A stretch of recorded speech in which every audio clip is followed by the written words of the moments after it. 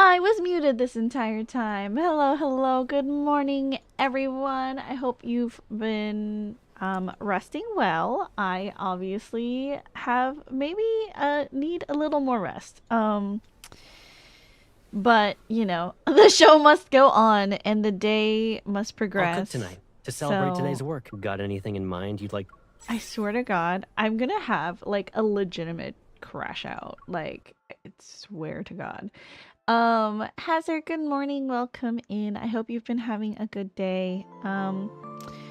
We went hard with the PvP and I'm very, very much like super tired now. I'm just gonna do all of my like daily things so that we can get that out of the way as well. I'm briefly leveling up characters and collecting all of my daily passes and stuff. Give Hermes a treat. Hermes, a treat for you from Hazard. Take it. Good boy. Good boy, Hermes. Thank you for the treat, Hazard. But yes, we did PvP late last night. My fault. But I really wanted to get out of bronze 3 at least. And then I was like, I'm just gonna go to Costco because I need to fill up on gas, and gas is so fucking expensive right now. It's fucking $6 for a like gallon of gas, and I want to cry.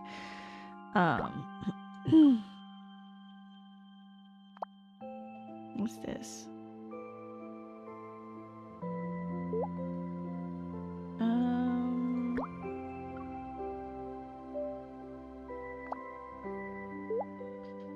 $6 a gallon at my local Costco. It is ridiculous. And at this point, I'm a little bit scared. I'm considering like, well, I am also in California. Like, not to scare you, sorry. I am in California, so it does mean that like gas prices are a little bit higher here. It might not be that high for you. But it's $6 at Costco, which is probably the cheapest price in my area. Really frustrating. I like contemplated on my drive home. I was like, should I bike to work? I was like, do I live anywhere near work enough to like bike to work? I think it would take me like 2 hours though.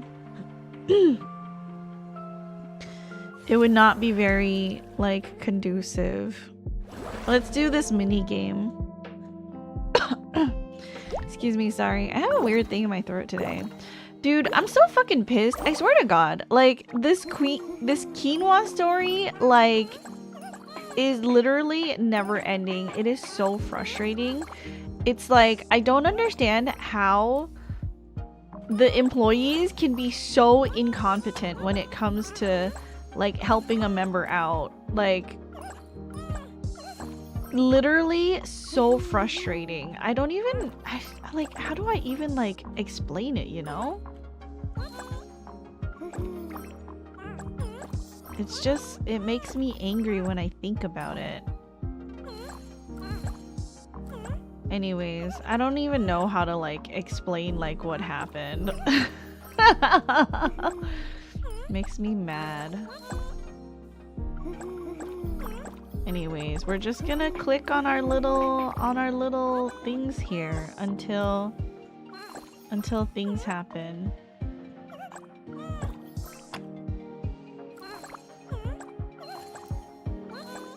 And hopefully things happen soon. Come on.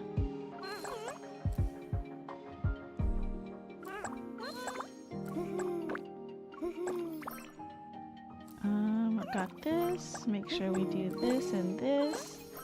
And get rid of this guy. These guys.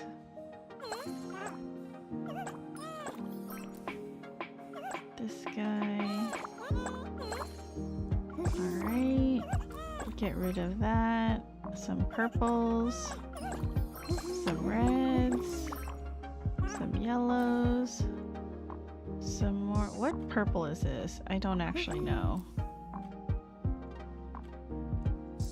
Is it this purple? It is. We got no more. I got no more. I got no more. Shuffle. Okay, cool. We do have the shuffle. Okay. That's good, at least. Purple. I need blue.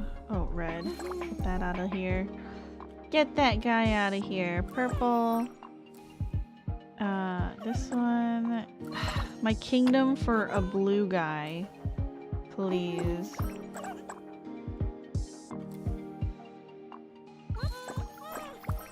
Okay, some greens.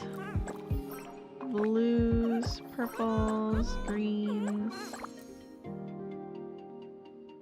Get rid of this just to unlock the layer. Greens and blues and purples. Some more blues. Get that out of here. Get that out of here. Okay.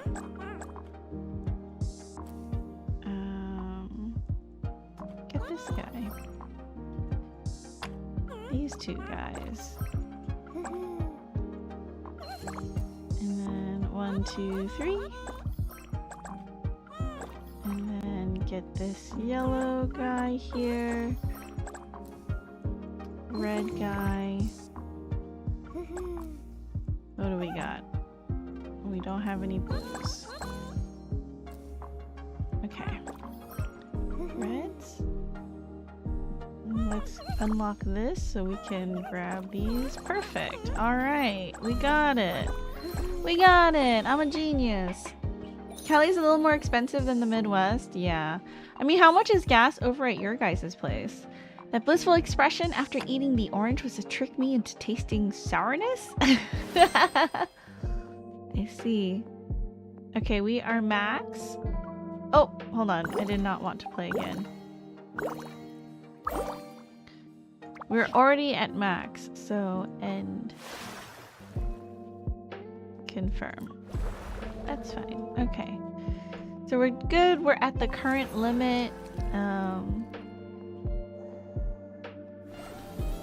Okay, we can unlock this stuff. I'm gonna do like after like next week, right before I think the event is about to end, just so we can run through the event all in like one stream, you know what I mean? Because I think that might be the most efficient way to do it. Let's get Caleb.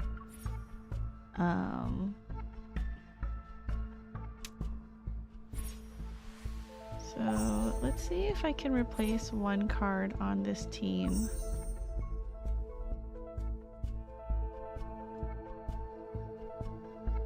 Let's do this one.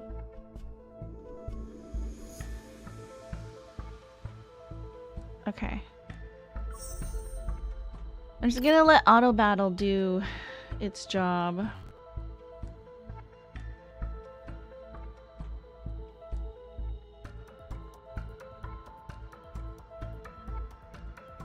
There we are. Okay. Okay, just gonna let auto battle do its job. It's gonna run through it, hopefully not crash my whole stream setup. And I can continue telling you about the incompetence of Costco employees. Dude, I'm so fucking pissed. Like, Don't let it stand in like, our way. I don't want to be a Karen or anything, right? But like, here's the thing. I went to Costco Monday, and then Tuesday, and then Wednesday, and they didn't have a bag of quinoa. And like every time they would recommend something else, so like on Monday I went to check and they didn't have it, right? It was the first time I was there that week. But like, it's not like it's the first time I've looked for quinoa at my place. Hold on, the game is kind of loud. I'm gonna turn it down.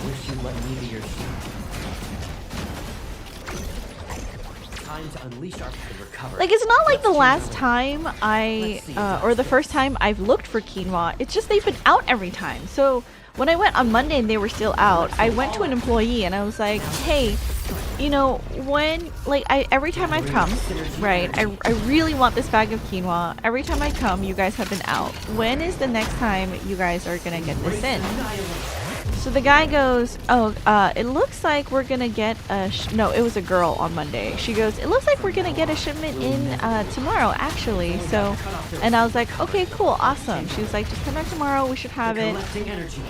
I come on Tuesday. I ask, hi.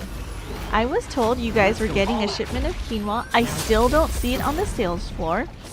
And the guy goes, oh, I'm so sorry. Like, this is also why I recommend people like telling you to come visit like the day after shipment, because according to our records, like the truck hasn't, you know, like delivered the bags that it's on. So I was like, okay, fine, understood. And so like he recommended, he was like, if you are thinking of going for quinoa, try calling us first to see if we've made any sales that day, and then that should let you know if, you know, it's on the sales floor. So on Wednesday I called and I was like, hi, I just wanted to call to make sure you guys had quinoa in, you know, like if you guys finally put it out on the sales floor. And the lady was like, oh yeah, it looks like we had 2 sales today, so like we should have it. And I was like, cool, awesome. Visited on Wednesday and like girl was like, oh, I'm so sorry, like I don't think we have it.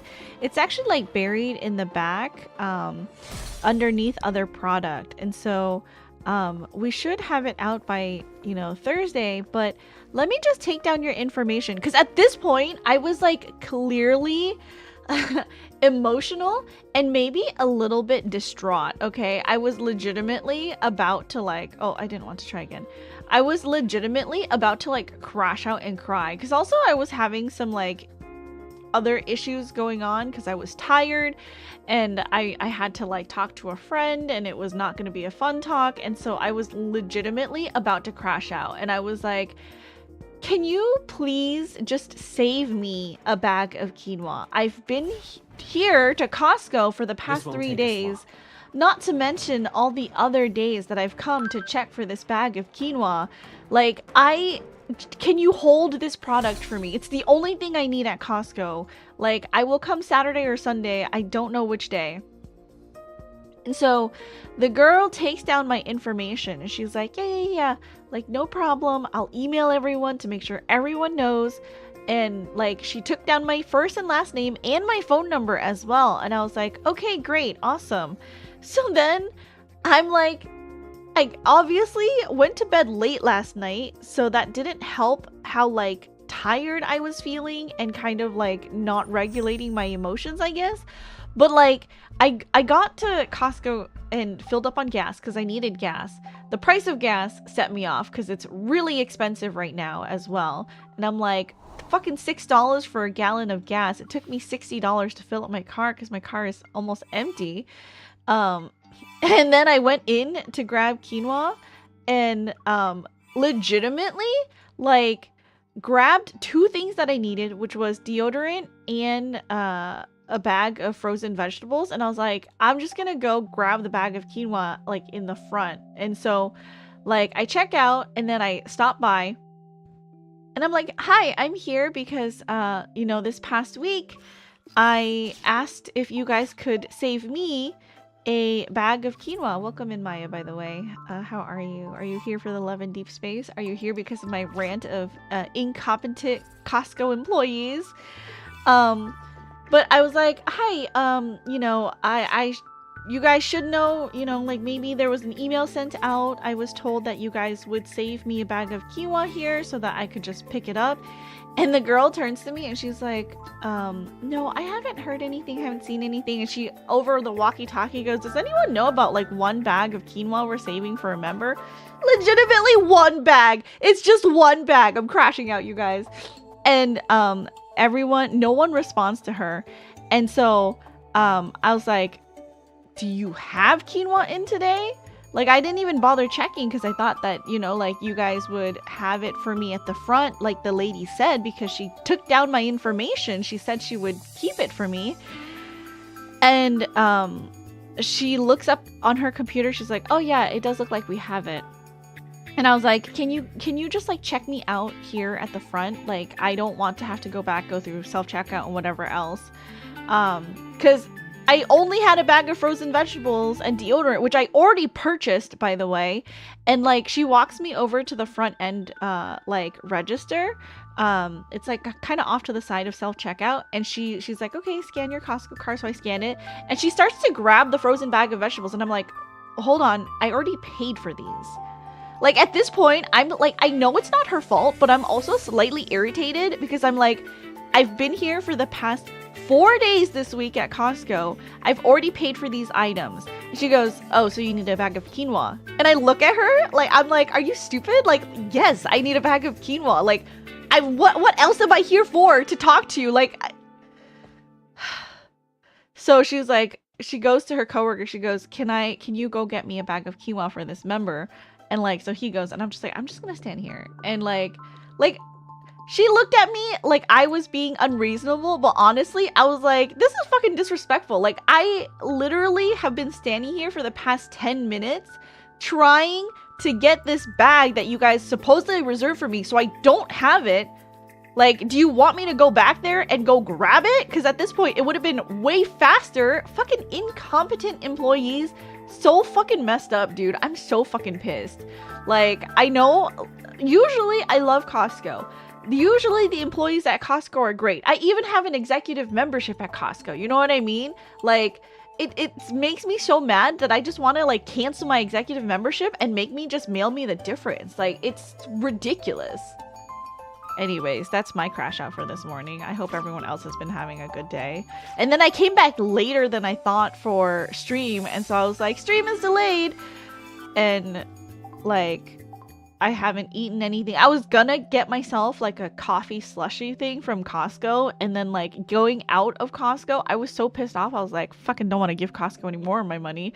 Looking at the bag of quinoa also pisses me off. Because it's like, how hard is it to like keep an item stocked up at Costco? Like, for real. Anyways, that was my morning.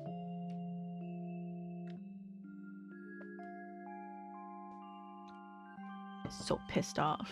Let's go look at my garden. Hope everyone has been having like a better morning than me.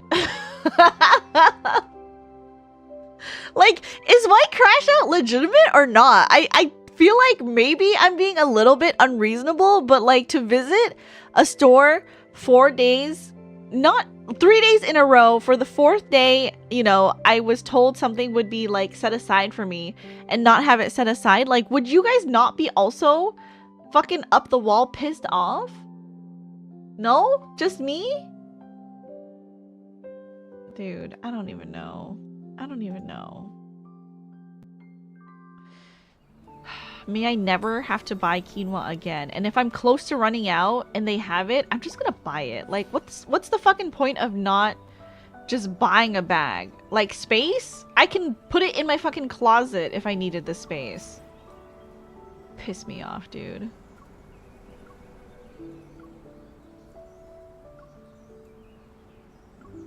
Okay, we need to water this one. Oh, it's angry at me. Don't be angry at me. I thought I watered everything last night.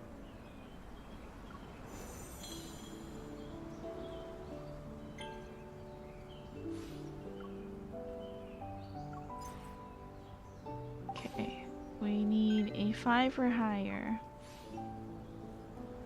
I thought I watered everything last night. Did I not? I'm in trouble.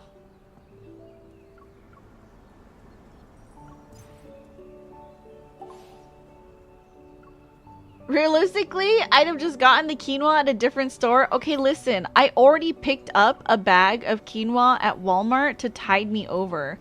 And this was me trying to like get a big bag at a cheaper price because like buying it at Walmart was not cost effective. Costco was the most cost effective bag. And it's just so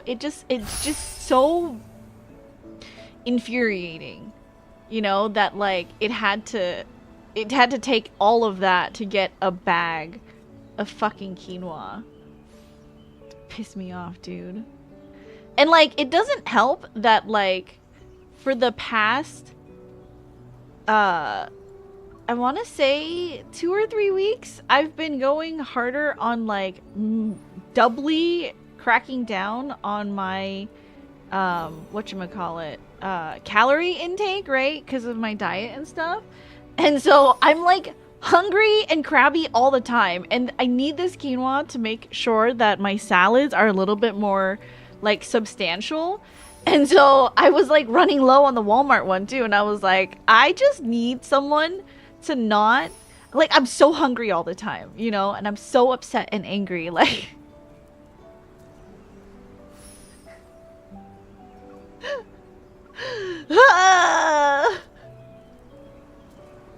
I know, not an excuse. I probably should have just gone to another store. If your diet is doing this to you, it ain't worth it. It's usually it's fine. It's literally because it's like I'm like tracking more carefully, so it's just a little bit more stressful to doubly make sure that everything I'm eating is within like a certain range. But like I think it's more the mental of needing something for this very specific reason of like trying to be healthy. And like every time I try, it feels like the world is against me in trying to be successful, you know? And so that like is really draining on me mentally. Like otherwise, because I meal prep so much, like it makes it really nice to not need to worry about like, oh, what am I eating today? Like, what am I... Because I don't measure it by the day. I just meal prep everything all at once. And then after that, I grab it from the fridge and eat it. So it's maybe a little bit in the beginning hard because I have to do it all at the beginning of the week. But after that, it's like brainless for me. It's literally just the first part of prepping everything. And I'm like, my quinoa stores are low. And then you have like a mental crash out at Costco like me. Maybe I should like make some coffee before I go to LA or something. I don't know. Anyways, welcome in Dark. How are you? I hope you've been having a good day today.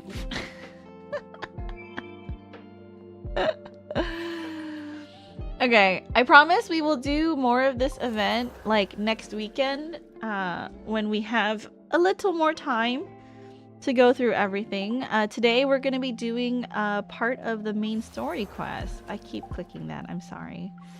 It's okay. We can look at my beautiful man, Zane. How much did you sleep? Well, I woke up at 8:30 to go to Costco to fill up on gas and then also get my quinoa, which I didn't like. I almost didn't get. I'm so fucking pissed, dude. It's fine. I got my bag of quinoa.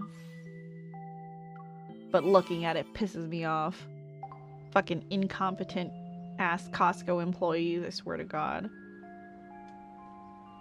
Anyways, we should watch the To Our Yesterday trailer. Because I haven't seen it, and I think it would be good to watch it before we do it. To Our Yesterday.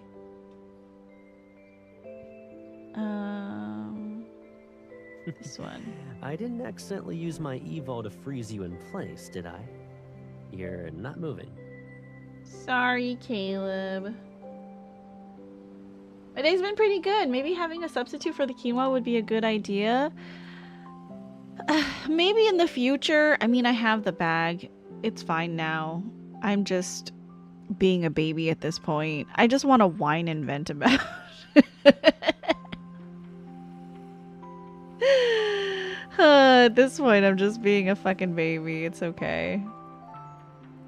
Okay. You've been Um, holding still for 2 minutes. Are you thinking about switching your careers from hunter to assassin? let's watch this trailer together. And for right now, I'm gonna Alright, have tell me about this you- grand plan that's brewing. I'm gonna Do have you need work. an assistant who specializes in your assistant will all Cause then you'll just be quiet for like 2 seconds. Okay, we're gonna watch this trailer for the main story update, which I haven't done yet. I don't even know when this was updated. Max quality. All right. Okay. Are you ready? Hopefully it's not too loud. Okay, let's go.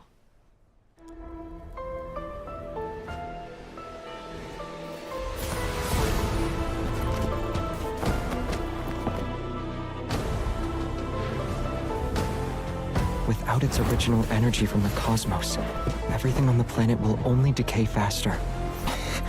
Oh, what's The threat happening? of fear and death is the best method for awakening potential. That's the signal.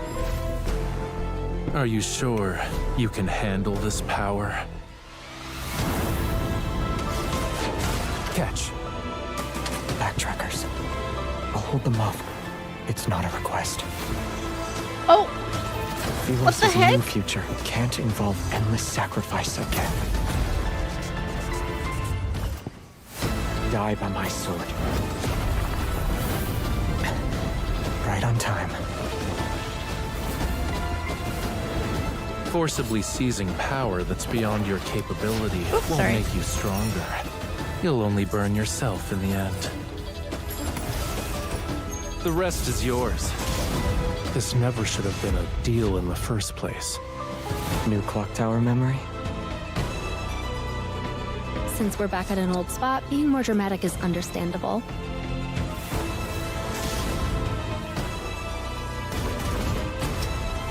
There was no applause, but the audience was thrilled. oh, what's all this? Oh, this was the event that came out, huh? I'm sad. I'll never be able to experience it in game. Because they never bring it back. January 2nd. I see. It was earlier this year. I see. Okay, so that is where we're headed. Quick recap, I guess, on what was it? Hold on. Let me look. You're so happy now that you're done. It feels like you cleared all your worries along with your Oh, thanks, Caleb.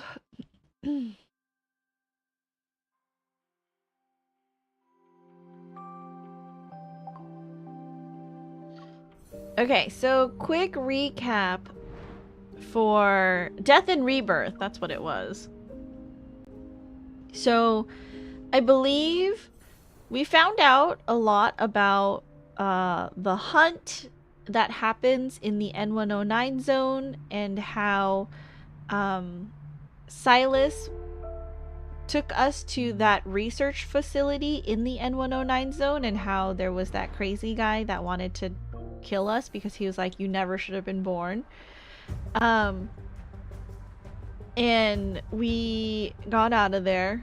MC learned a little bit more about Silas and learned more about her past at the research facility, and what, you know, she was, why she was created, or what she was created for, kind of. And then fast forward to this section where it's like weirdly cold and snowing, and Zane is not Zane. Zane is Dawnbreaker, and he's going around basically executing people, but not really people. They've kind of already started the process of becoming a wanderer. And we have the what was it? Like the rehabilitation center that Ever is doing, which is kind of really sus as well. And then literally Zane like decides to run away. And that's where we're at, I think. There's some speculation the reason this multi is so short is because we're getting main story updates. Apparently the last time this happened was before Silas's debut. Oh, interesting. Do you think... I know a lot of people talk about a sixth love interest. Hi, Action, welcome in. Do you think that a sixth love interest may be introduced? Or do you think... Because, like, obviously the Death and Rebirth featured Silas and Zane. And now To Our Yesterday clearly is Xavier and Raphael. Caleb hasn't had one yet, but will Caleb get like a solo feature in a main story? Or do we think that there's going to be another love interest and then it's going to be Caleb and then that love interest featured in the main story? I think I also heard whispers potentially that there might be just be a reset, like a story reset, quote unquote. But I mean, in terms of the way that the narrative is set up, a reset does make sense to me as well. It wouldn't...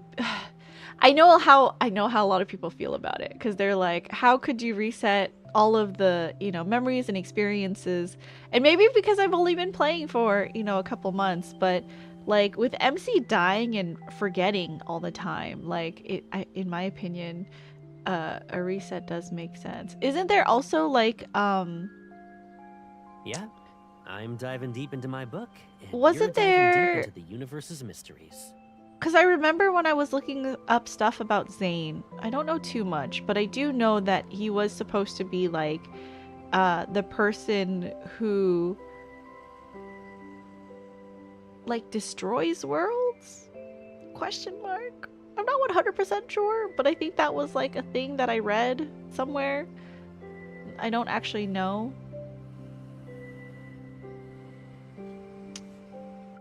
I think it's his like myth, which I'm, you know, I don't know. Okay, that's... We need to also, well, I need to also buy one of these. I don't know which one. It sounds like third myth stuff. Yeah, I haven't,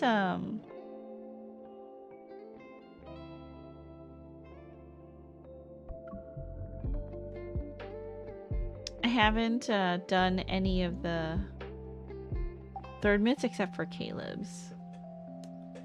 But okay, so I think that is a good enough recap.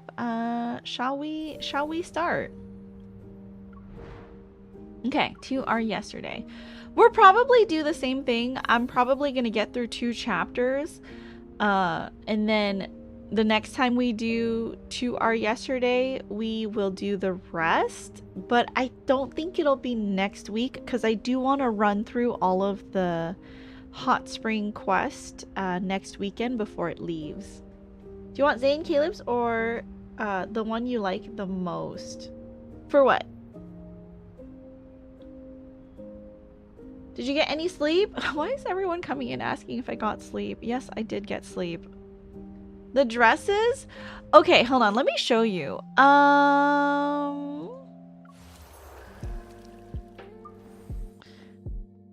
I actually prefer Xavier's the most. In my opinion... How do I see the other ones? In my opinion, Xavier's looks the cutest. I'm also really partial to the color yellow, so Xavier's looks the cutest, right? And then after Xavier's, I really like Silas's pink dress. So I actually I'm not like a huge fan of either Zane's or Caleb's. They're like okay. Zane's is cute, right? It's like a cute dress, but it doesn't scream like onsen to me. But maybe that's okay. Maybe I don't want like a dress that screams onsen. This is also really cute. I do like this. But yeah, I don't know. I just really like the yellow one. I really like yellow. I can't decide. This is how games get me. They're like, oh, you can't decide? Just get all of them. 9 hours of gaming is actually quite subdued compared to how active you are in a normal workday. Yeah, it's true. Go for the one you want. I want all of them. I want 3 of them. Well, I want 4 of them. I'm not a huge... Red is not my color. Like, I'm gonna be honest. I don't like the color red. I don't like wearing the color red in real life. Sorry, Raphael. Sorry, Raphael girlies. I need to redo my MC one of these days. Because I like her, but I want to maybe tweak some of her features. How do I even see my MC? Like this? I kind of want to change her up just a little bit. Too bad you can't change... Can you change their hair color? No, right? You can only change their hairstyle.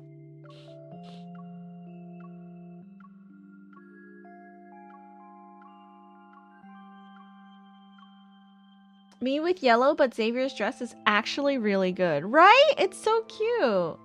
Not the color. I see. But yeah, I think eventually I do want to change up her face. Maybe. One of these days, I'll do it. Let me double check. I feel like it's because I keep seeing the red dot, so like subconsciously I'm going in to click stuff. But I should just be avoiding the events tab for right now. Let me just also run through like any texts that I have.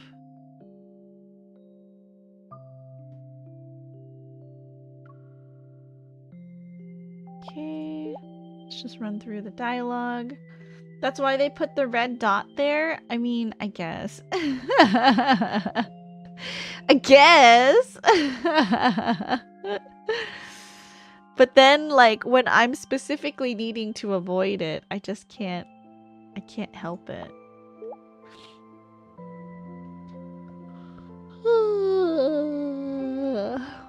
No way. Really?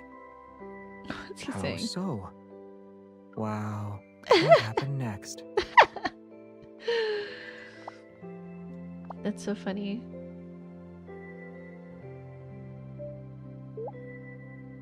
I finished pulling for the banner. Got a double my last 10 pull and got all the cards now. Girl, you are insane. That is so crazy. I'm so jealous. A double pull? Xavier continues to dodge me. Still no Xavier 5-star, by the way. I'm very curious, like... Oh, this is a cute one. I'm really curious what will be the first 5-star Xavier card that I get. Oh, that's cute. I love that for him. Okay.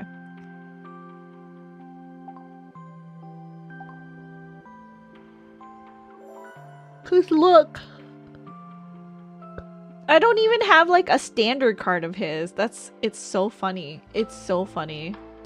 Never once have I seen that blue flower wave animation on my screen. But I'm happy that you got all the boys. Did you get all the outfits for the boys that you wanted?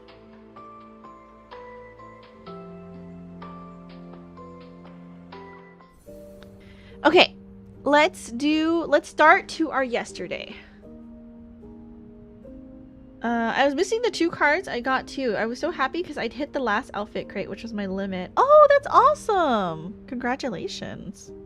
Get all the outfits and all the boys. Dang, good job you. Go team.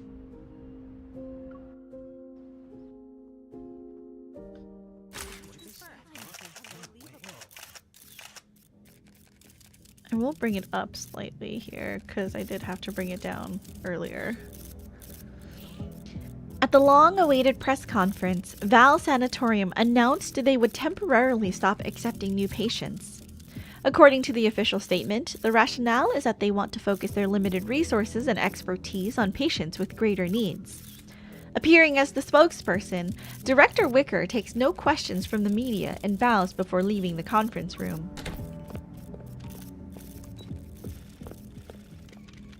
Having escaped the relentless cameras in hot pursuit, Director Wicker feels satisfied.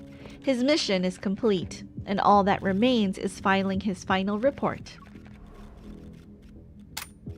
Just as he relaxes, a curtain flickers in his periphery. A hard object is pressed against the back of his head. I ask and you answer.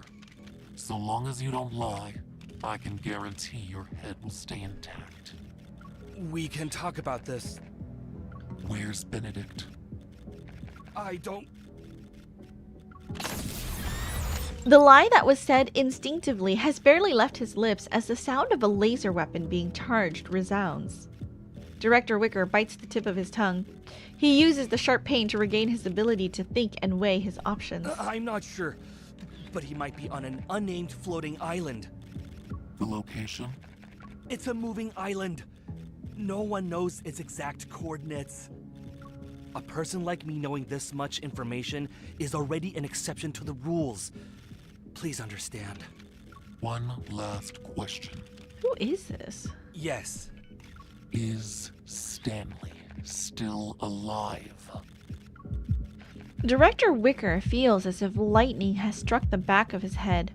His entire body, even his heart, feels slightly numb. Seemingly unsure of how to answer, he mumbles incoherently as if the question itself filled him with tremendous fear. A series of muffled gunshots reverberates behind him. Director Wicker's legs give out as he falls. He clutches his head. Horrified, he stares at the reflections on the wall.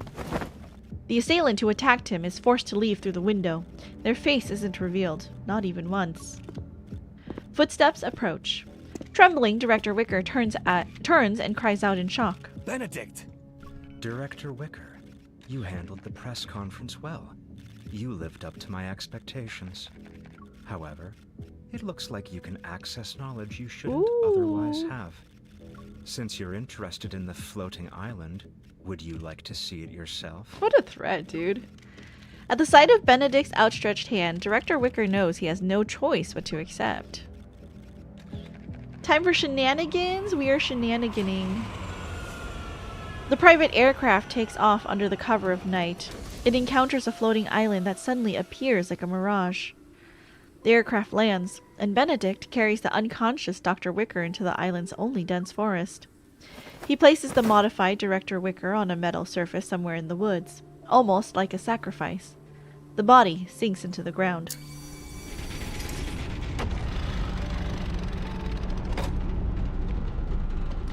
The platform quickly passes through the artificially constructed soil and enters a cold, metallic interior. At the end of this journey is a vast hall. Inorganic light flickers and spreads. Electronic displays emitting cold lights envelop the area. Bright floors, curved walls, and soft lighting are constructed by holographic blue lines. In no more than 10 seconds, the space is fully built. Even more refined lasers interweave to form 4 or 5 human figures. This is the Fountain of Atay's latest achievement. It doesn't look impressive. A figure walks around Director Wicker, loses interest halfway, and turns to ask another hologram. Long time no see, Professor Lucius. You took so many things from my Gaia Biotech, and this is all you can accomplish? The Fountain of Atay's core has nothing to do with your precious research center. Souls can't be shaped, and external devices are useless. Interesting. You're here. A new figure in the holographic space causes Lucius and the others to fall silent. They turn in unison to show their respect. They appear polite and trusting even though he's an old man on a hospital bed. Don't pay too much attention to this test subject. It's just today's extra.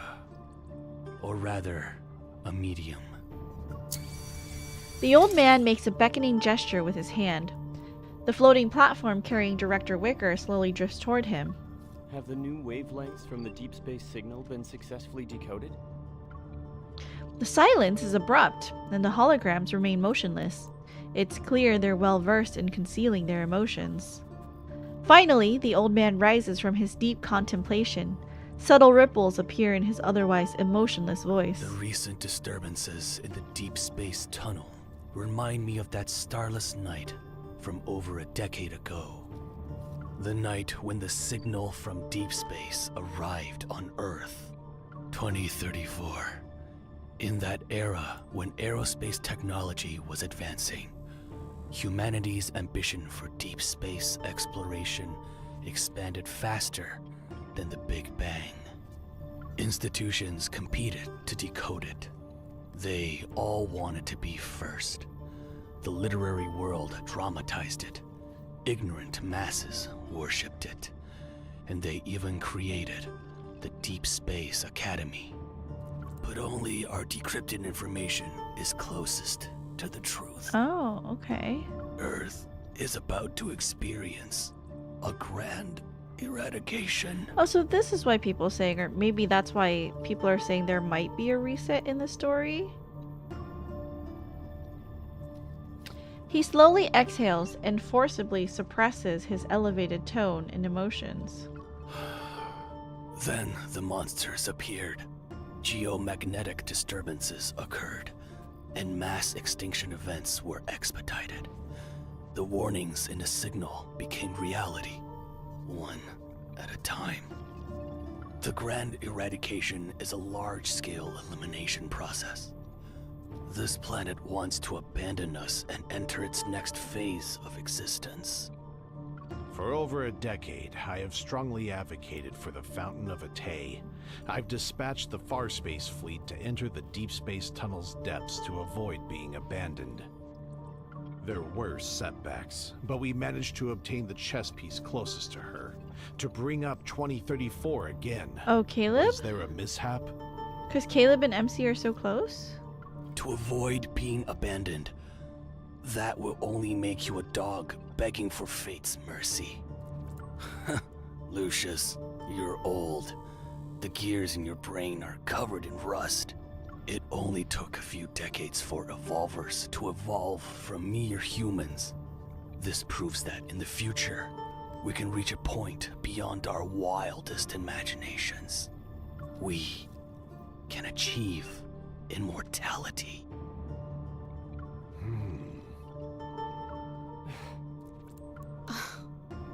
Who knows if it's impossible or not?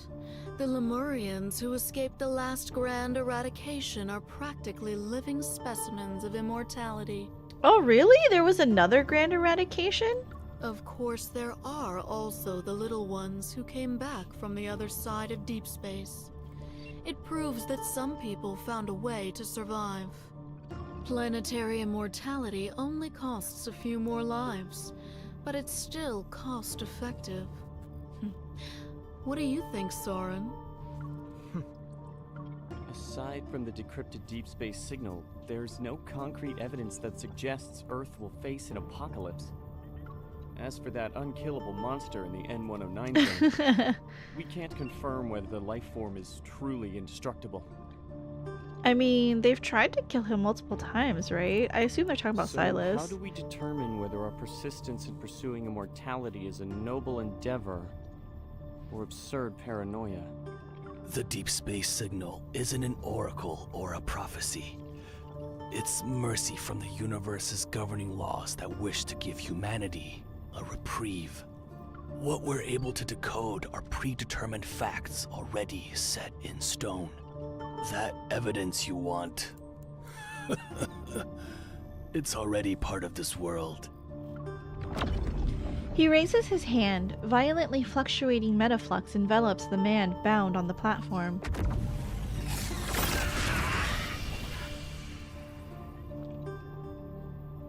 The transformation is completed instantly.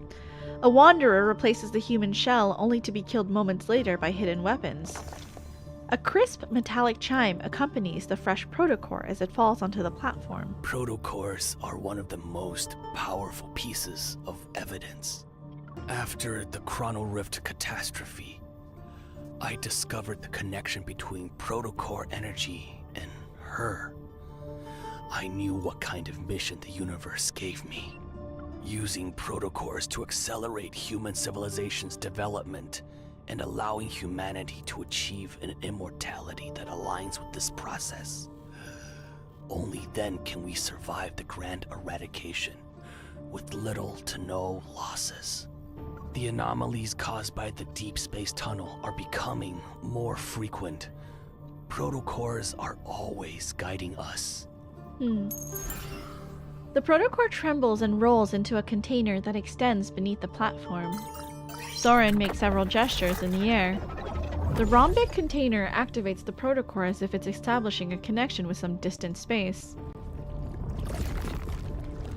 A rift that's shorter than a finger opens in the air. It quickly closes as its energy is depleted. Recently, the frequency of spatial anomalies and magnetic field disturbances has almost reached the edge of time and space. How does he know that? Once a planet gets swept into that, complete disintegration will soon arrive. Did you come up with another way to deal with your former teammate? I hope we can defeat your little prince and prove to him that our Soren is the most capable one. Matters involving the backtrackers aren't to be taken lightly. Do you need our assistance? I've had enough of those disgusting manipulation tactics you use on your brainwashed test subjects. I don't need any help, and I don't need anyone's approval. I will make Xavier fall because of the hypocrisy, arrogance, and impracticality he clings to. That outcome will be enough to prove I'm correct. All right. In any case, they don't actually care about your personal matters. Several hoarse, irregular coughs ring out like a broken clock. It creates a rhythmic agitation that makes hearts flutter. The deep space tunnel is closing in, and the cage is tightening its grip. It's time to bring her back to us. Be careful, and try not to let the emissary truly awaken. Our most important hope mustn't be erased. Soren's image flickers and disappears, and the meeting ends. I wish you all the best. The holograms scatter and fade away as the cold laboratory's walls dissolve. The scene of clouds dyed in the sunset's colors replaces it. An empty hospital bed hovers above the clouds. It chooses to decay with the twilight rather than surrender to the night.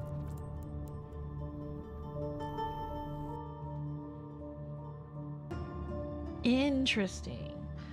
So obviously all of this is unknown to us and the boys. I wonder why... Because I feel like a lot of the time the story is like what we're aware of, right? I wonder why, like... Slight shift.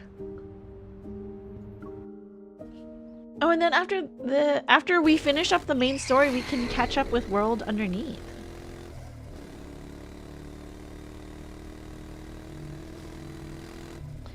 Tires scrape the ground and whip up the wind. A brand new 470 HM carries me across the Movier Bridge that's located above the city. The magnetic field at the incident site shows coupled fluctuations, but the wanderers who correspond to them are nowhere to be found. It might be a new type. Be careful. Copy that. I'm 5 kilometers away from my destination. I'm ready to do some dynamic data collection. Like on cities phasing through things, dimensional ruptures, space-time rifts. Our missions have been weird lately. Everyone was spooked by that snowfall that happened outside of winter. They're jumpy now. When the world is too peaceful, people tend to find their own sources of entertainment. There are 500 missions every day. You might be entertained, but I'm not. Okay, don't be glum. I'll buy you a soda to sweeten your day when we get back. After my call with the data analysis team ends, I look at the sky near the mission site. The clouds stretching out for kilometers appears as if they've been sliced by a giant blade. The cut looks clean. Is Lincoln Online glitching again? It looks beautiful though.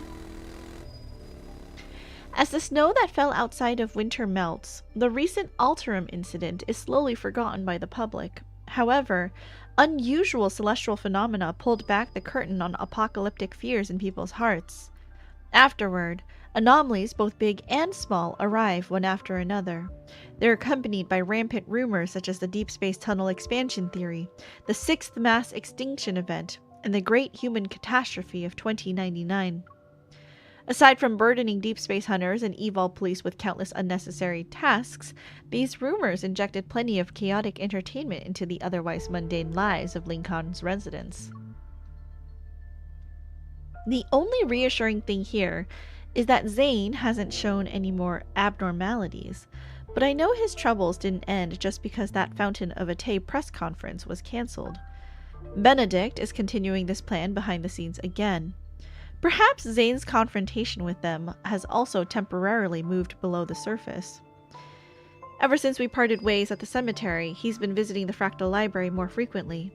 Maybe he's trying to find a solution to the dilemma in the world of books. That strange boy with the white hair told me all of this. He called himself Shubai. He somehow got an electronic watch. When he's not using it to explore the novel world of the internet, he confides in me using what he calls irreverent words.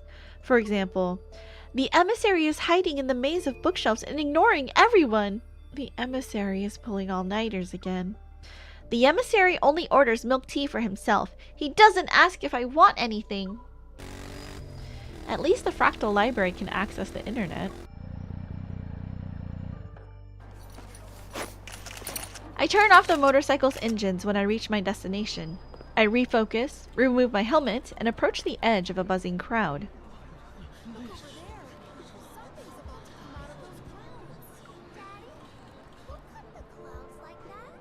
Well, it wasn't me.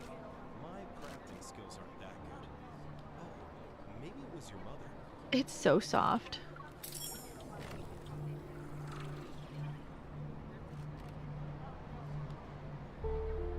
On-site dynamic data collection will take 30 seconds. I'll check the records from the nearby stabilizer.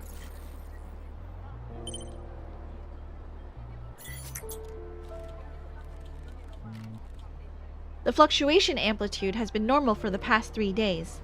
Whenever those coupled fluctuations appear, they coincide with protocore transport vehicles passing through. This falls under normal interference. Dynamic data retrieval complete.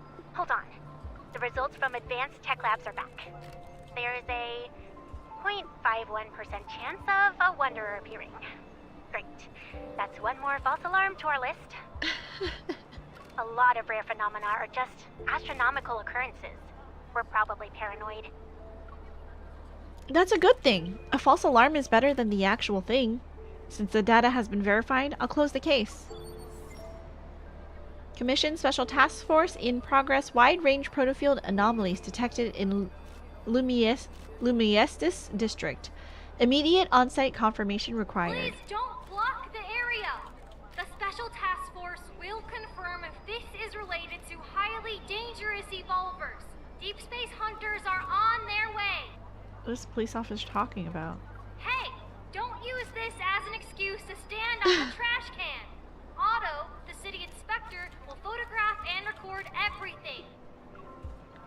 Pushing through the crowd, I pass through the light barrier the Special Task Force has set up. When I turn my head, I lock eyes with the officer on duty. It's you again.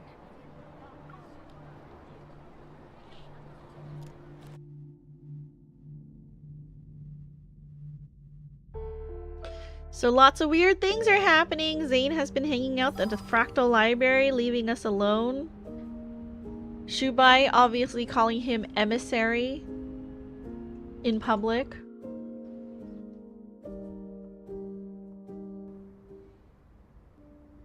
This is the 5th time we've been assigned to the same mission, right?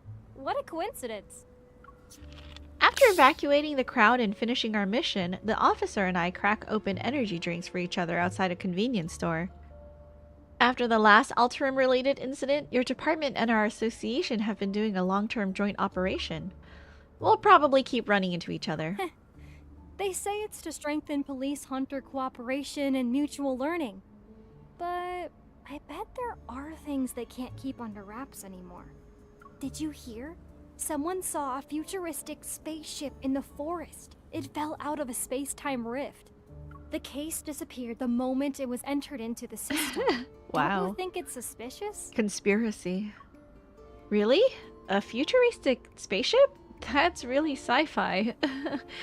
I already dealt with 5 anomalies today. I'm going to do 2 more before grabbing a bite to eat. What about you? Oh. There's an extremely subtle disturbance behind me. It's like 2 bubbles rising from calm waters. They're followed by a trace akin to gently rippling waves that swiftly disappears. I look at the magnetic field stabilizer. It's not sending out an alert. What's wrong? Do we have a problem on our hands? We might, dude. It's from No Hunt Zone number 39. There might be more to this than meets the eye. I shouldn't involve other people for now. I shake my head, and the words Xavier said not too long ago echo in my mind. Based on my observation and analysis, particularly capable evil police officers are usually drawn to bizarre cases. Oh, right. There's an update on that case we handled together. The one about the bathroom sink turning into pure gold. This time it was the toilet that transformed. A child's hand is stuck to it. Really? Don't tell me I'm about to encounter an evolver with a golden touch. I'll handle the golden toilet case. I can keep going. Good luck on your next mission. Stay safe. Once the officer's figure disappears into the distance, I pull out my phone and send a voice message to a familiar chat. Xavier, No Hunt Zone number 39 shows signs of a magnetic field overlap. I'm heading there now. How are things on your end?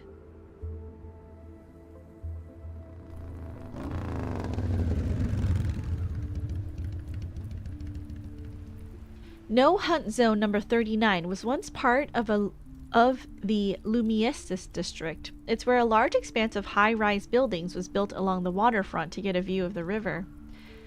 But when the Chronorift catastrophe struck, the natural beauty and value that humans had assigned to it became meaningless. It's said that No Hunt Zone number 39 wasn't supposed to be irrecoverable, but at some point, wanderers began emerging endlessly from the building's overlapping shadows. It's as if a crack leading to some monster lair had opened up. The energy levels in the area significantly dropped later on and remained stable, and its danger levels are far below the average for no hunt zones. However, no one believes No Hunt Zone number 39 can be reclaimed. Outside the perimeter, I just parked my motorcycle. Sorry. I've just parked my motorcycle when Xavier starts a video call with me. Are you alone? And are you sure it's a magnetic field overlap? It is. Those coupled fluctuations, like 2 bubbles bursting one after another on the water's surface, are obvious. This isn't a false alarm from the association. I'll wrap things up here and find you. Give me 2 minutes. 2.5 at most.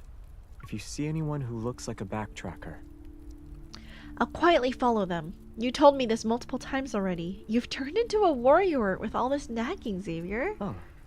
I see someone who thinks I'm always nagging doesn't want the results about the biometric key. You and Jeremiah finally figured it out? Tell me! It's the same as the preliminary examination. We can't unlock it. All we know is that there's an unknown substance inside, and it's not a chip. Interesting. You mean... We can only go to Soren and see if he can unlock it. He's familiar with the old Gaia Research Center. You know Soren isn't gonna help you, dude. So you'll have to keep moonlighting for me behind the association's back. It's a win-win collaboration, but you make it sound like I'm getting a bad deal. Unable to stop myself from grumbling internally, I poke his smiling face on the screen. Who would have expected things to turn out this way 2 weeks ago?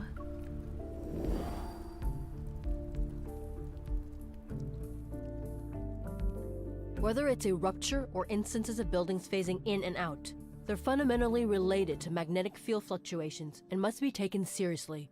I know there have been many false reports lately, which makes it easy to overlook real threats. Everyone must remain vigilant. As the briefing ends and the crowd disperses, I see a figure who shouldn't be here. Xavier? He showed up voluntarily. Is the world actually ending? In a usually deserted, quiet corner of the Unicorns building lobby, I raise my arm to block that sneaky figure's path. Fancy seeing you here, partner. We ran into each other in a corner. It must be fate. This isn't fate. I'm cornering you and skipping the small talk. Xavier, you're at the association because those abnormal magnetic fields are actually a problem, right? Yes. The issue is that the magnetic fields are abnormal. My other arm quickly rises, and I promptly cut off his escape route on the other side. His eyelashes are lowered and he doesn't speak. He just looks at me. What are you doing? Are you trying to use your eyes to show your sincerity? I'm not falling for that today. Then should I try a different approach? Oh, puppy dog eyes. As he speaks, he furrows his brow, his eyes showing reproach. His expression displays disapproval. I'm not falling for this one either. Oh. He's so cute. Well, I guess I failed. I don't have another trick up my sleeve. How dare he? Fine. If you won't tell me, I'll go ask our good friend, Jeremiah. I'm trying to find someone. I turn and look at Xavier. Soren. Based on what we know about him, he's most likely hiding in areas with magnetic field anomalies. And most of these anomalies may be linked to the flux nexus.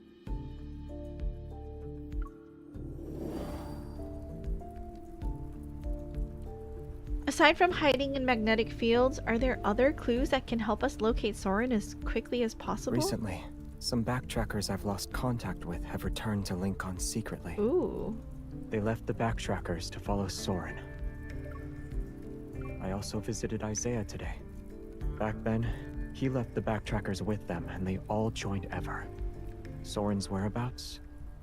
I'm afraid only Isaiah would know. I've heard the name Isaiah before. I saw him at the psychiatric hospital too. At that time, I was doing a Wanderer Defense seminar and happened to run into Xavier, Jeremiah, and the person they hid behind them. He was a strange young man who appeared to be mentally ill, yet he stared at me with a sharp gaze and said he knew me. According to Xavier, Isaiah had already escaped with a lot of Ever's classified information. He was on the run for a while. When they saw him again, he had already become dazed and confused. He also lost part of his memory. I haven't seen Isaiah in a long time. Jeremiah must have moved him somewhere else. How has he been lately? Did he remember the grievances and entanglements between you? Does he still remember Soren? He's missing. Uh-oh. What? Did Soren kidnap him? I don't think so. I went to the cottage where Jeremiah had him staying. All his clothes were still there. The only thing missing was the Order of Lightseeker's uniform. Ooh. He probably remembered something and wants to handle it in the identity he values most. Thank you for the hydrate, Teehee. Welcome in. At the edge of No Hunt Zone number 39, a somewhat furtive figure flashes by. Those long robes look out of place in Lincoln City. And what's even more peculiar is, when he disappeared, did he take the Order of Lightseeker's uniform and sneakers? A pair of sneakers was missing from the shoe cabinet. They were blue.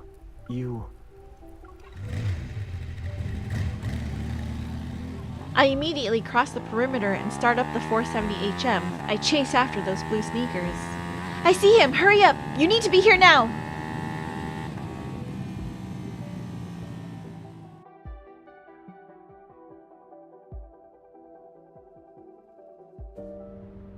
What's going on with the Lightseekers and the Backtrackers, huh?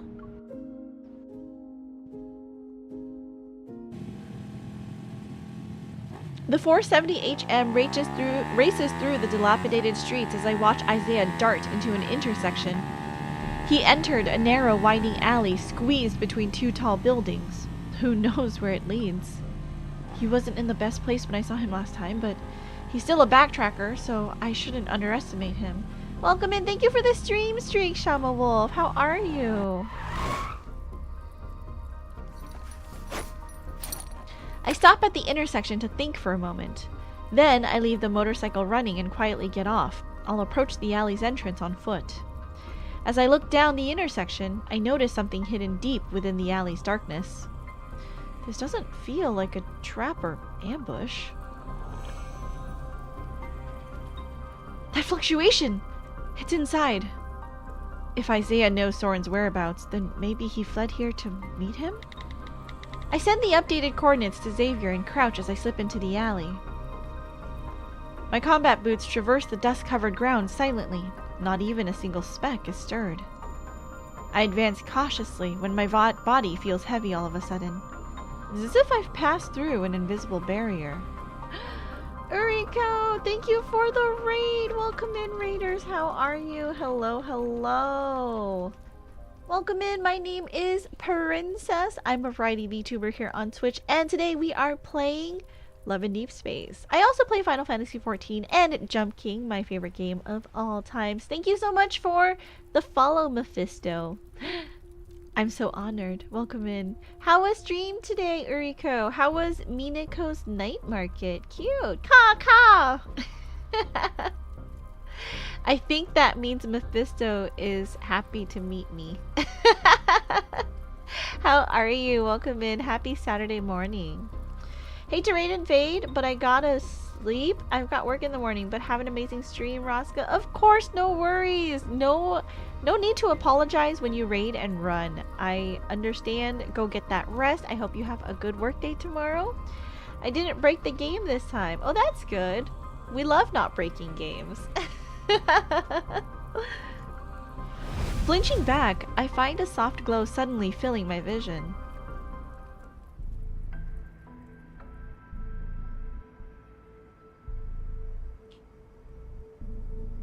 What's going on? The narrow alley is replaced by a spacious stone street that leads to a plaza. At its center is a massive sculpture. I step back and turn around, but I don't return to familiar surroundings. The sensation beneath my feet is so real that it's undeniable. I experienced this before in the other magnetic field overlaps I've dealt with. In a park, a vintage stable appears out of nowhere. Stairs leading to a rooftop turn into a mural, a wall materializing next to a platform. But none of those anomalies were as vivid as this. It really feels like I traveled to another world. How long are you going to stand there like that? That somewhat haughty voice belongs to Isaiah, who looks even more arrogant than he sounds. The well-fitted knight uniform makes him look much sharper. And if you ignore his blue sneakers, he'd probably be intimidating. Unfortunately, they're hard to ignore. You're being very rude right now. What's with that look on your face? If my night boots hadn't been damaged in the previous battle, I wouldn't need to dress in such a ridiculous manner. Jeremiah, the despicable scoundrel. He only gave me everyday shoes. Wow, he definitely has grievances. Seeing that I'm not reacting to his complaints, Isaiah probably feels like he's talking to himself. Gritting his teeth, his expression shifts. He raises his chin to address me with renewed dignity. I saw you outside the no-hunt zone. I knew you'd respond to our royal homeland summons and come here. This is your destiny, and an opportunity that fate has granted me. A faint luminescence coalesces in his hand and transforms into a short sword. He points it at me. Isaiah, 5th Squadron Leader of the Order of Lightseekers, Senior Counselor of the Royal Council, and member of the Royal Family's last generation, formally challenges you to an honorable duel.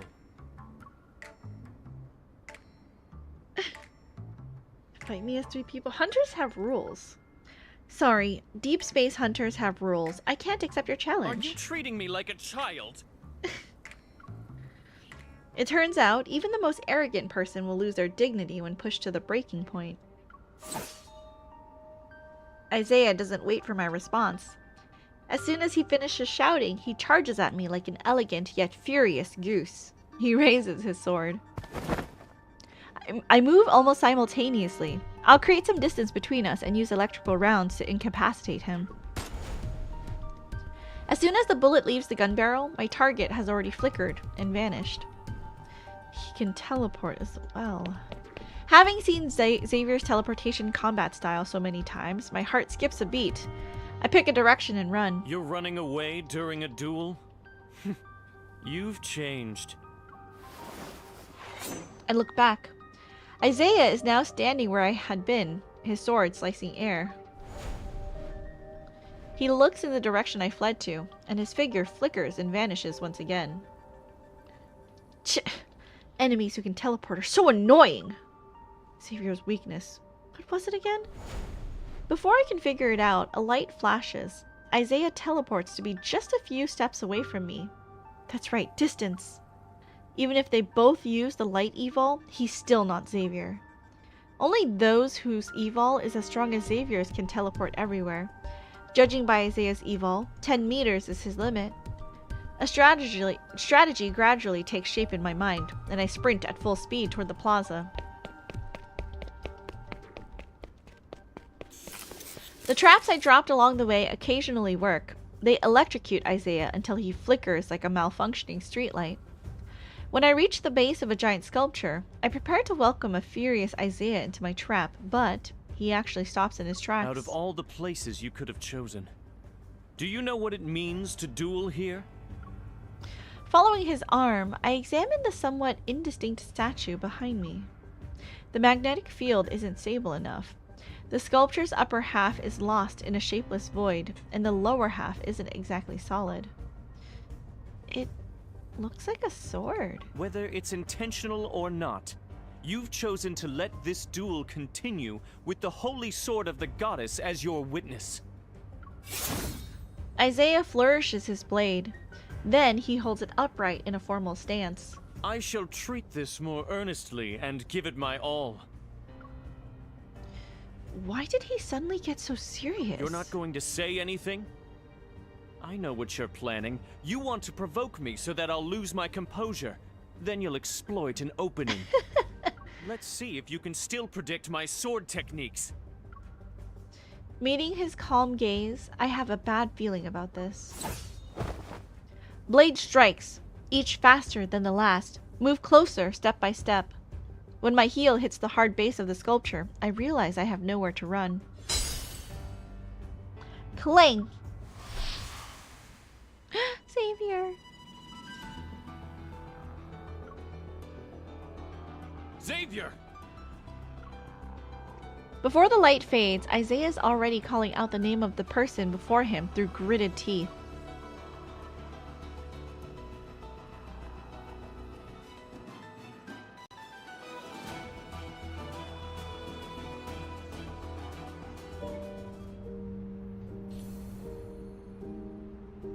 Duel in Lincoln.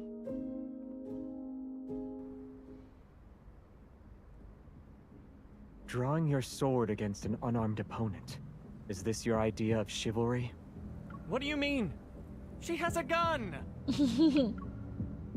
Xavier looks at me and the gun in my hand. His expression remains the same. It's wrong if one party in a duel doesn't wield a sword. For the sake of your knight uniform, I acknowledge your sincerity for this duel. The familiar light blade in his hand gathers light as he gently pushes me back with his sword arm. The blade cuts the air as it's pointed directly at his opponent. She doesn't have a sword, but I do. Do you think I'm stupid? I didn't win against you last time, so I won't... Similar to how Isaiah didn't give me the option to refuse, Xavier doesn't wait. In a flash of light, two blades, one long, one short, clash. At first, I admire the intensity of their battle and the excellence of their swordsmanship. But then the flashing lights, bright and dim, become so dazzling that I can no longer make out the fight's progress. Finally, a cry of pain cuts through this thorough display of light pollution.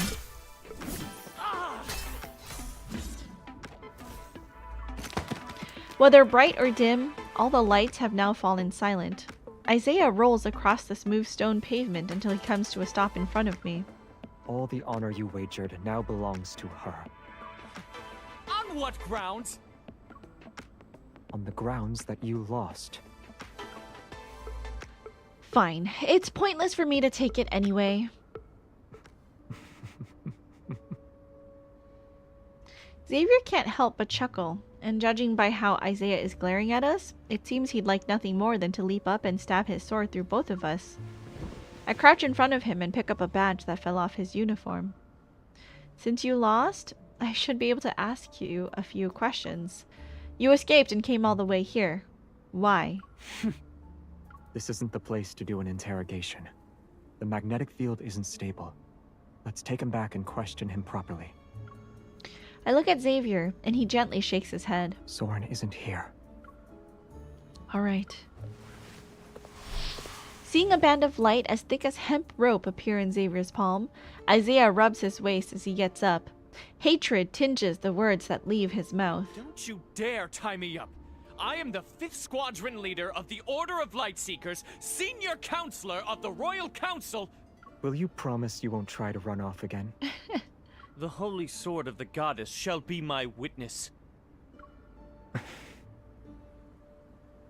This is the first time Xavier looks directly at the statue known as the Holy Sword of the Goddess since he arrived here. He looks as calm as still water, and he says nothing else. Capturing me is pointless, Xavier. You don't know how to leave this place. But it sounds like you do. I won't say anything. You're one of us now. What you know, we know. How am I one of you? Even a defeated enemy is still human. As he speaks, ribbons of light flow like water and form secure knots around Isaiah's wrists. You! Stop being evasive. Just tell us how to get out. You don't want to be tied up forever, right? Xavier walks over to stand beside me and crosses his arms. With a calm confidence, we look at Isaiah. Isaiah maintains a composed expression while gritting his teeth. Then he reluctantly gestures at me. Breaking through a magnetic field overlap is difficult for others. But it'll be simple since you're here. Find the flux nexus that is gathering energy and destroy it. Then the energy will disperse. The field shall collapse soon after.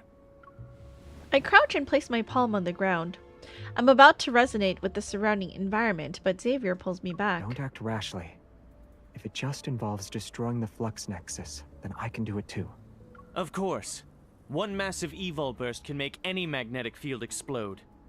Assuming you don't have that thing on your neck. What thing?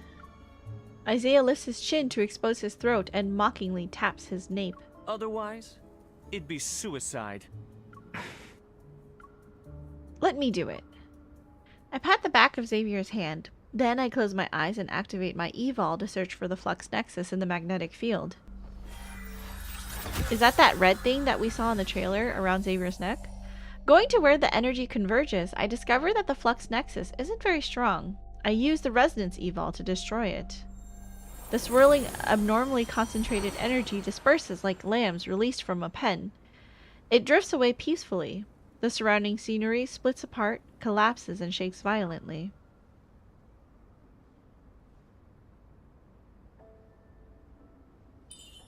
Taking one last look at the blurry visage of the Holy Sword of the Goddess, I suppress the strange feeling welling up in my heart and grasp Xavier's outstretched hand.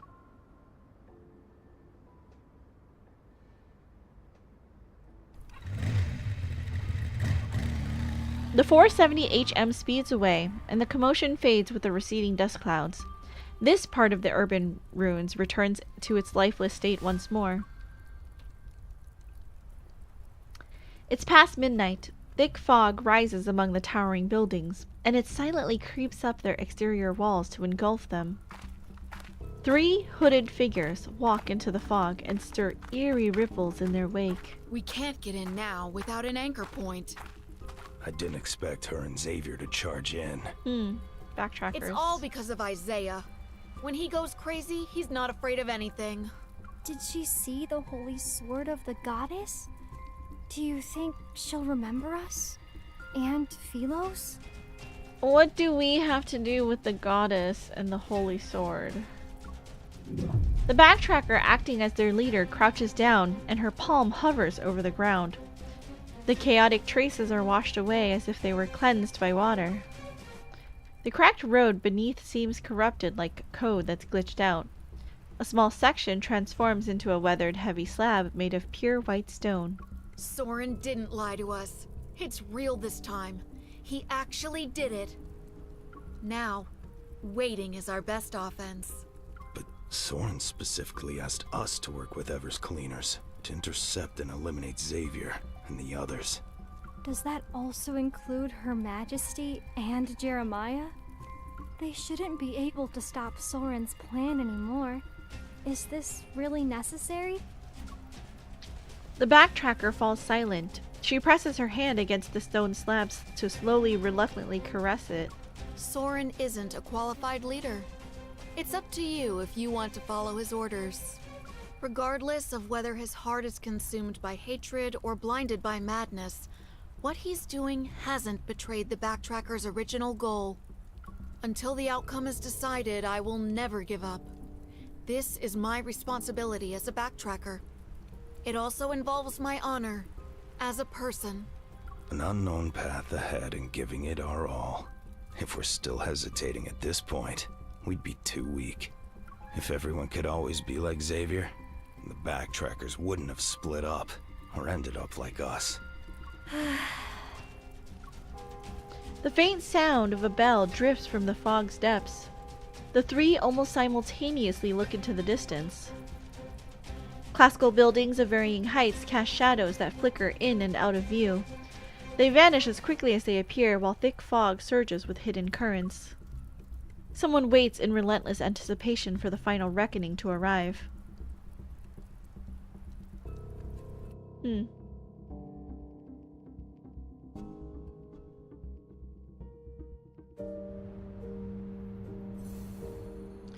Questioning at Philo. Is this the flower shop? Yeah, it is the flower shop. After leaving No Hunt Zone number 39, we escort Isaiah back to the flower shop. His hands are bound by bands of light. You promised you wouldn't tie me up, but you went back on your word. I'll dismember you, turn you into custard to spread on bread, and eat you! You don't like custard. They said they wouldn't tie you up. But did I say that? I'm pretty sure I didn't. Now in Jeremiah's territory, he grabs Isaiah in one fluid motion and throws him into the chair. Then he pulls out plastic zip ties to secure him to its back. Seeing the lucky bamboo nearly wrapped up, Isaiah kicks his legs in a panic. A bucket of herbaceous peonies, grade A with a black label, falls over. The flowers lie scattered on the floor. It looks like Jeremiah has reached his limit. Can I knock him out? That's not a good idea. Do you really think he won't betray us again? Without saying a word, Xavier drags over a high stool and sits down. He slightly raises his hand and creates 4 walls of light that surround Isaiah. You? Why would you use our family's punishment on me over something this trivial? Are they brothers? How insulting! Huh? This is baffling to watch. I nudge Jeremiah with my shoulder. What's the relationship between those two? He's from the Philosian royal family. He's Xavier's younger cousin. He's always had a bone to pick with Xavier ever since he was born. Brother or cousin for real? Huh? He's royalty? Xavier? Royalty? Those flowers are precious. You shouldn't have kicked them over. I'll let you go after you answer a few questions. Cousins, but they were raised together. Oh, I see. So that's why Jeremiah said brother at first. Okay. Isaiah silently glares at us. He's settled for a non-violent, non-cooperative state. The standoff lasts for a second. Then Xavier and I look at each other. The corner of his mouth twitches to signal for me to go, but I quirk an eyebrow to signal for him to go. 3 seconds pass. Xavier's gaze shifts slightly. He gets up, moves me to the high stool with my back turned away, places his hands on my shoulders, and whispers. We have to quickly get useful information out of him. You're the only one who can do it. Jeremiah gets into arguments with him, and we're hostile towards each other. He won't cooperate. After that unfriendly encounter in the magnetic field overlap, he probably won't be willing to cooperate with me either. A soft laugh reaches my ears. Xavier gently touches my earlobe. Don't underestimate how much you mean to him. What does that mean? To all the backtrackers, you are different. So one of the girls did say Her Majesty. So, like, are we a princess? A queen? Fine. The worst that could happen is we waste more time. At least we have some to spare.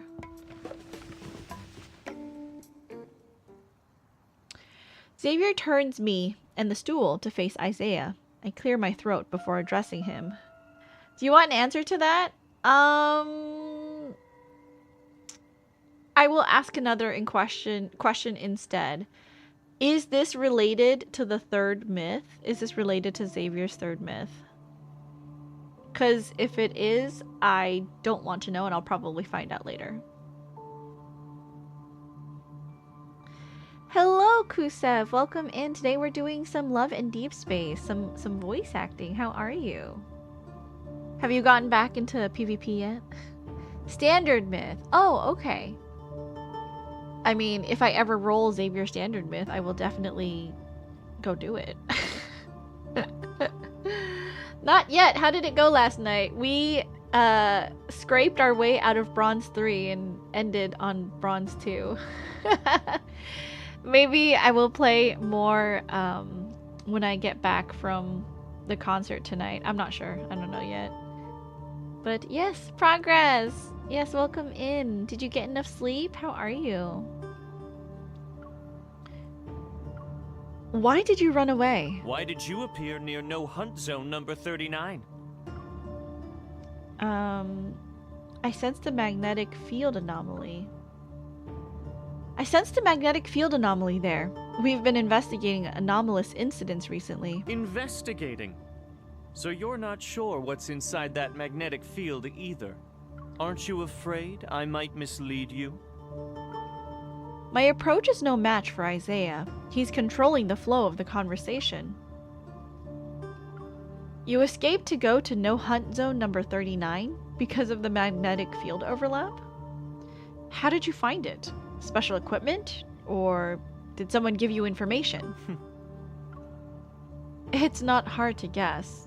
That place must be related to the backtrackers. But Xavier and Jeremiah could only conduct systemic searches for abnormal magnetic fields. Someone is supporting Isaiah? Or was he the one who planted the flux nexus in that magnetic field? This relentless questioning is putting a considerable amount of pressure on him. I feel more confident. For the next question, I turn to Jeremiah. He decided to escape today. Is today special? I gave him a monthly subscription for Lincoln Monthly. I didn't let him have any other way to contact the outside world. Today should be the day he receives the magazine. Lincoln's anomalous incidents. In other words, you only learned about the anomalous incidents in Lincoln City today. We can assume that you were aware of the magnetic field overlap in No Hunt Zone number 39. Based on the reports in the newspaper, you knew that certain things had already begun. You've made your assumptions. Why are you still questioning me?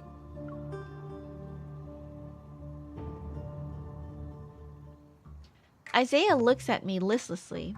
His stubborn defiance gradually fades away. No Hunt Zone number 39 was one of the locations Soren selected. It was the closest, so I just decided to confirm it. I never thought. Everyone underestimated Soren. Not me. I always knew he wasn't someone you could mess with. I didn't doubt him either. Fine, I'm the only one who was blind to the obvious. Are you even listening to me? Xavier and I promptly restrain Jeremiah, and Xavier puts on a serious expression. He signals for Isaiah to continue. During our backtracking, we theorized many potential solutions to Philo's crisis. One was planet transplantation. You saw the state of the magnetic field overlap? Don't tell me you didn't realize it was one of the methods for achieving planet transplantation. All the methods we discussed exist only in theory. They're impossible to implement. Then how do you explain what we saw inside the magnetic field? Oh, was that part of home for them?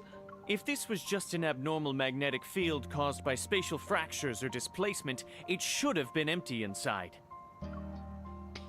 He's not wrong. What about those buildings we saw? Those are clearly the products of a civilization. Inside No Hunt Zone number 39 was Philos. Philos? Even though I had a feeling this might be the case, I'm still shaken by the confirmation. That's where the backtrackers came from. Xavier's home? As if sensing my unasked questions, Xavier shakes his head. It looks like our homeland, but I doubt that's the real Philos. It's more akin to a projection. Think of how light from a planet travels for a long time before being observed. What we see in that moment is actually how it was many years ago. How does he know? Did something about, like, the buildings or the statue get destroyed? I agree with your assessment. What we can confirm right now is that Soren found a way to create magnetic field overlaps. Maybe he's actually attempting to do a transplantation. Everyone is calm, so I quickly compose myself and follow their line of reasoning. I don't really understand the planet transplantation thing, but since it's supposed to solve Philos' predicament, it should be affecting Philos, right? Soren is on Earth right now. You don't think he's planning to transplant Earth, right? Good question. If you hadn't have dragged me back here, I would have already tracked him down and forced him to tell me his plans. I guess you'll have to find the answer yourselves. See? Maybe we should have just knocked him out. I wearily declined Jeremiah's kind offer while holding his eager fists. I wonder why Xavier hadn't kept Jeremiah in check, only to see him looking down with a furrowed brow. He seemingly lost in thought. Xavier? Are you thinking about Soren's schemes? I can't figure out what he's planning for now, but maybe we don't need to know. If we obsess over trying to predict his moves, we'll be easily led around by the nose. We don't need to know everything. As long as we can identify a general pattern and strike the vital point, we can still achieve our goal. And Soren is clearly the vital point in all of his plans. But how do we convince him to give up once we find him? We don't have to. Xavier blinks. At worst, we can follow Jeremiah's advice and knock him out to control the situation. I guess knocking people out is a tradition passed down between backtrackers. Xavier nods in a slightly bashful manner. It's as if someone just praised him. I'm speechless. Meanwhile, Xavier raises his finger. The light walls and bands of light around Isaiah's wrist scatter into specks of starlight before dissipating. Aside from No Hunt Zone number 39, what are the other locations Soren selected? Are you planning to search through them one by one? I advise you to reconsider. When you were captured by Ever, Soren also participated in modifying your suppressor. The rest of us will have better odds against him. Oh, maybe that's what's around his neck, the suppressor?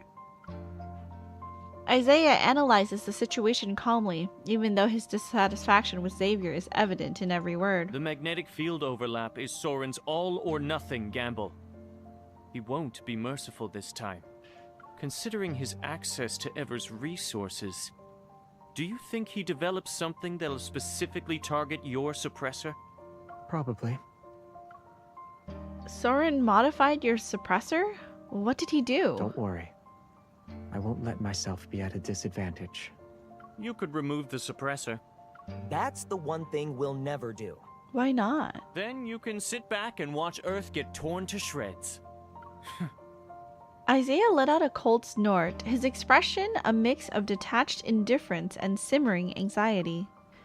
That very anxiety stirred a faint unease in me as well. Are the problems Soren caused really that bad? Isaiah tends to be a little dramatic when he speaks. I need to find a chance to ask Xavier about his suppressor privately. Everyone's exhausted. Let's get some rest. Soren is human too. Even when he's up to no good, he still needs to sleep. Alright, I'll take care of this guy. We can discuss how to sort out his situation tomorrow.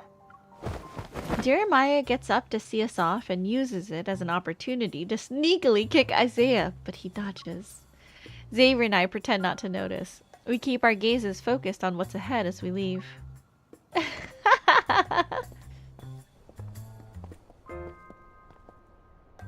We turn the corner.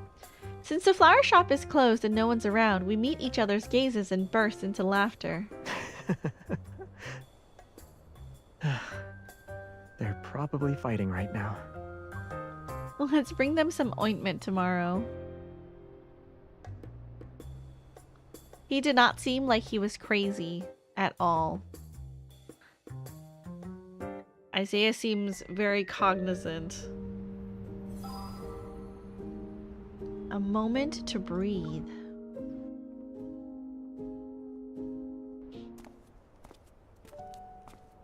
"10 p.m. isn't exactly late for Lincoln City. Usually, the warm glow from small stalls would light up the pedestrian zone.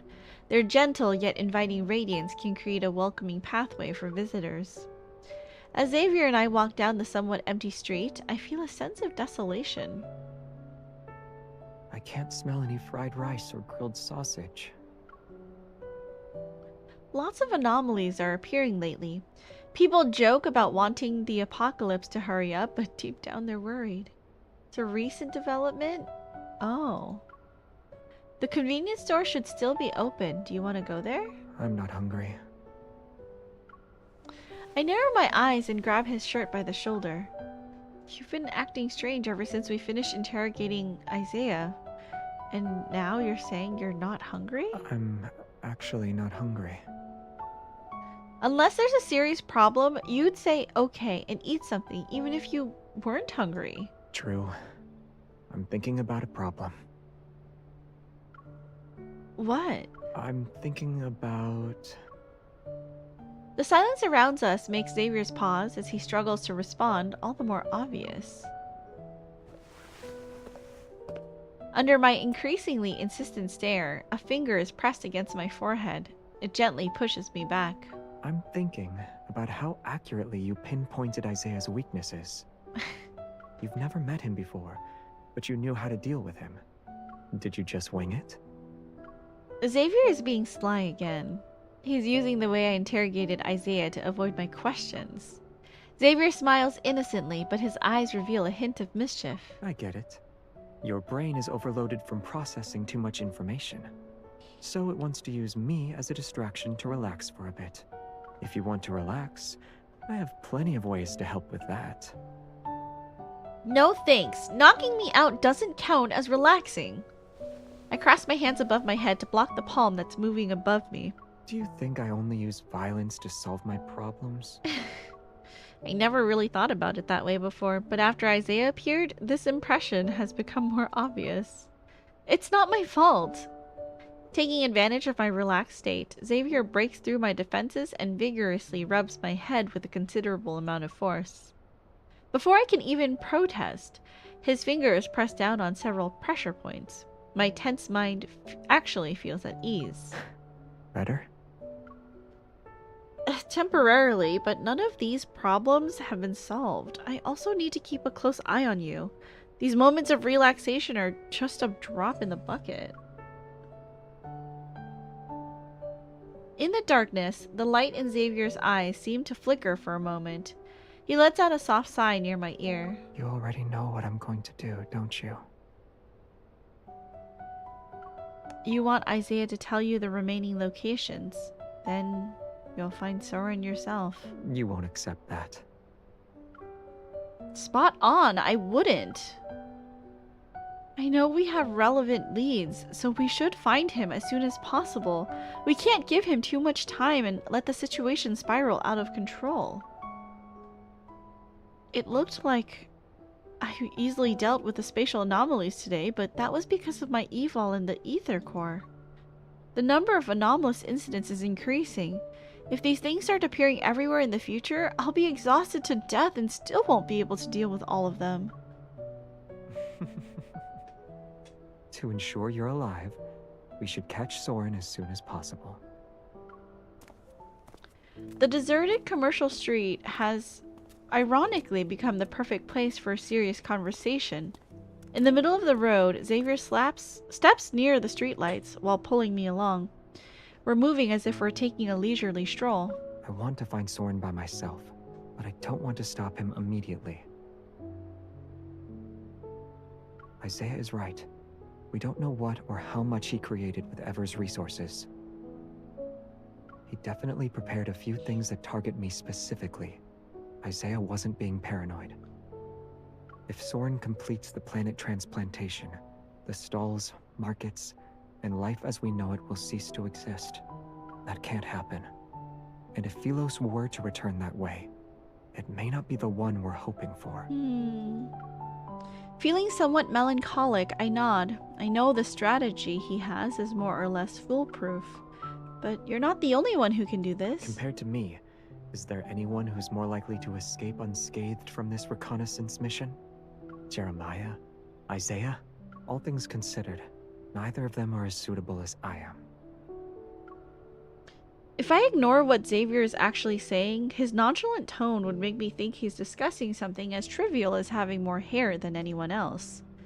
The problem is that your chances of escaping unscathed are greatly reduced, all because of that thing. Sensing my gaze on his neck, Xavier lowers his chin slightly, and his expression becomes somewhat complex. Then we'll think of a way to get rid of it. Aside from finding Soren, you were also thinking about how to remove the suppressor, right? Xavier is about to answer, but after he glances at me, he stops walking and his eyes narrow. You sound eager. I'm coming with you. For what? Those two things. Removing the suppressor can't be easy. Something like that is comparable to undergoing major surgery. You need family or friends there to support you. And if we do gather intel afterward, you might be able to launch a surprise attack and subdue Soren. I need to work with you to fight our way out. Compared to Xavier's strategy, mine is a little more idealistic. But I already made up my mind. If he doesn't listen to reason, I'll monitor his every move 24/7 without taking a break. Do I need a reason to stick with my partner through everything? I hear the sound of a message notification. Xavier checks it. Then he puts his device away and looks up. Let's move. Where are we going? We need to do things that require family to be present from start to finish.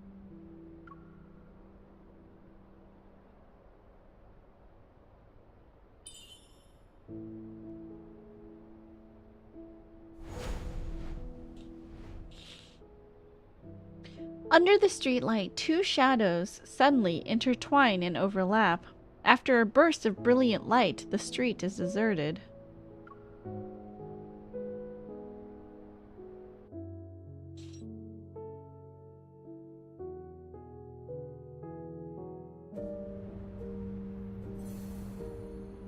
Okay.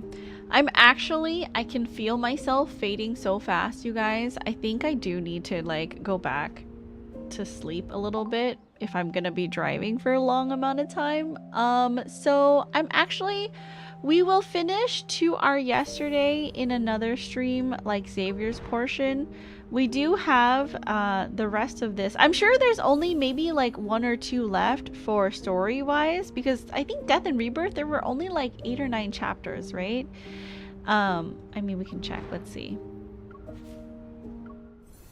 This one had 8, 9,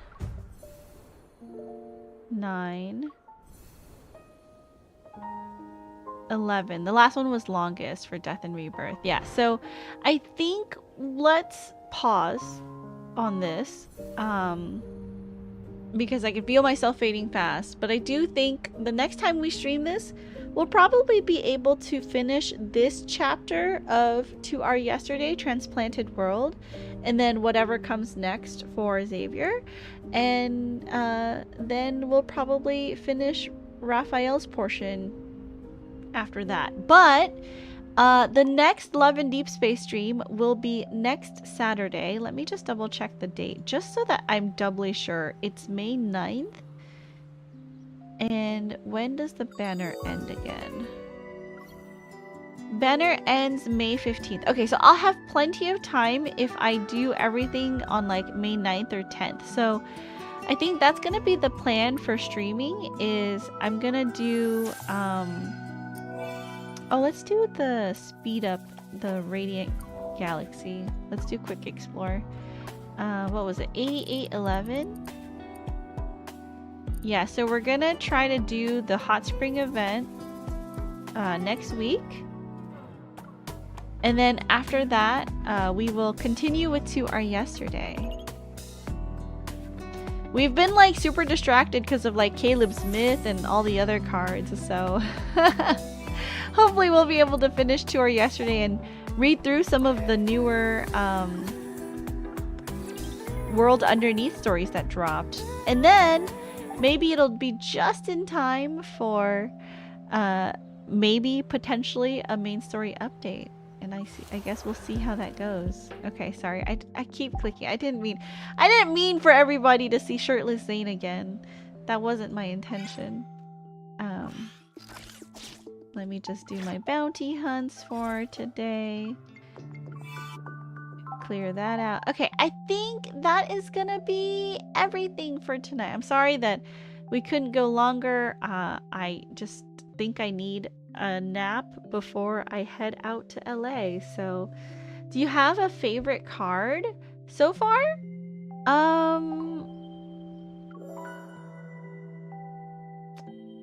I haven't done any of the stories for any of the other cards. I didn't even do the Xianxia banner cards. Like, we rolled them and then I think we were still going hard on like main story and stuff. So I didn't even stop to do like any of the like story for Zane's like Entwined Kites or Caleb's Clear Day Return or Silas's Shared Lanterns. So, or the Promise cards that we've gotten. I'm like super behind. But that just means more content, right, to do. In terms of like aesthetics and how a card looks, I think Entwined Kites is still like my favorite. I've heard that Heart Within Reach is supposed to be like our first date with Zane, and I think like conceptually I really like that as well. So I think that might be one of my favorites once I get to do the story for it, I'm sure. So yeah. All right, you guys, I think that's it. We're gonna raid out, and I'm gonna see if I can't sneak in a little nap before I head up to LA. Sorry, stream was kind of short today, but I guess, you know, we'll get back there eventually. Let's raid into Nate. He raided into us like a couple weeks ago when we were doing like the World Underneath streams, and it looks like he's doing the the quests for Lingering Lust banner. So I know we already did that, so it won't be a spoiler for anybody here, but let's go, you know, say hello.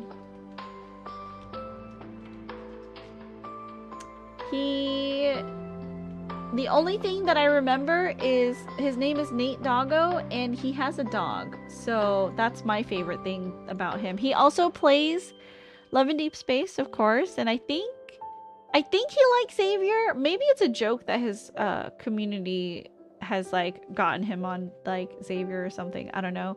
But yes, we're gonna raid into Nate Doggo. As always, you guys, please be happy, please be healthy, but most of all, please be kind to others, because you never know what a smile, hug, or hello can do for someone who's having a bad day. And be kind to yourselves. Make sure you're staying hydrated. Get up and stretch your legs every once in a while, because if you don't, you might get an embolism and then you'll die. And then we'll all be really sad. It's a joke, he's a Caleb main? Oh, I see. Well, let's go say hi to Nate. I hope that everyone has a good night. If you are a subscriber, either raid message will work. Both are okay. If you are not a subscriber, copy the one with the dog heads, because that for sure will work for everybody. Alright, you guys, let's go say hi to Nate. I will see you guys on Monday. No stream tomorrow. I will be at the Ren Fair, living my Ren Fair life. So I will see y'all later. Okay? Good night. Say hi to Nate for me. Be well, and I will see you guys on Monday for some Final Fantasy XIV. I haven't decided if I'm gonna do a solo Final Fantasy XIV stream or if we're gonna do, you know, like the story quest. Okay, bye everybody. See you later.